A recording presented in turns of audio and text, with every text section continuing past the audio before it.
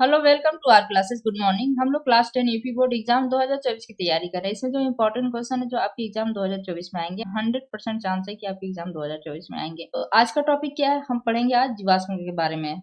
जीवाश्म किसे कहते हैं इसके बारे में समझेंगे।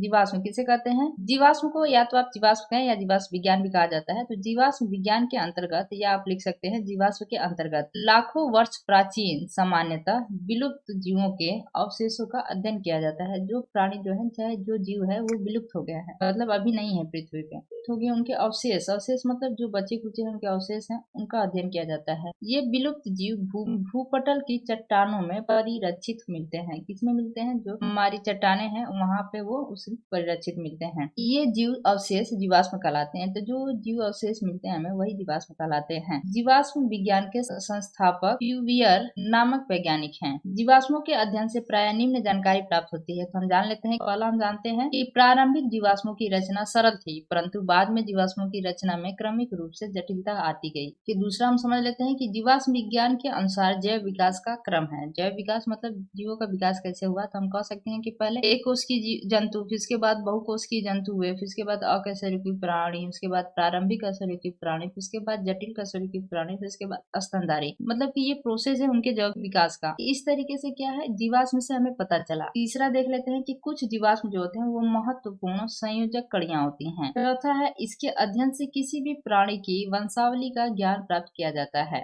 अभी हमने कहा कि कुछ जीवाश्म महत्वपूर्ण संयोजक कड़ियां या संयोजी कड़ी भी इसे कहते हैं। संयोजक कड़ियां, इसे हम कैसे समझते हैं ये हम समझ लेते हैं। उदाहरण में हम समझ लेते हैं कि आर्कियोप्टेरिक्स नामक जीवाश्म पक्षी, आर्कियोप्टेरिक्स नामक पक्षी जो है, इसका जीवाश्म मिला हमें। तो वो जीवाश्म जब मिला तो उससे हमने देखा, उसमें क्या दिखाई दिया कि जो आर्कियोप्टेरिक्स है ये देखने में तो पक्षी की बात ही है, परंतु इसमें कई दूसरे लक्षण भी हमें दिखाई दिए। दूसरे लक्षण दिखाई दिए, वो लक्षण जो है वो सरीसृपों में पाए जाते हैं। जो कि आर्कियोप्टेरिक्स में पक्षियों के समान परदार पंख, मतलब कि पक्षी में जैसे पंख होते हैं उनके शरीर पे, परंतु दांत व पूछ, जो दांत और पूछ है वो सरीसृपों के समान होते हैं। जो सरीसृप वर्ग के जीव हैं उनकी तरह ये दांत और पूछ पाए गए। इसलिए हम कह सकते हैं कि जो आर्कियोप्टेरिक्स है वो सरीसृपों और पक्षियों के बीच की एक संयोजी कड़ी है। इसका मतलब क्या, इनके बीच की एक कड़ी है ये। इसे हम कह सकते हैं, इसे यह संकेत मिलता है या कह सकते हैं कि पक्षियों का विकास जो है वो सरीसृपों से हुआ है। प्राचीन समय के जीव कैसे थे उनके बारे में हम पता लगा सकते हैं। Thank you for watching. Please like and subscribe my channel.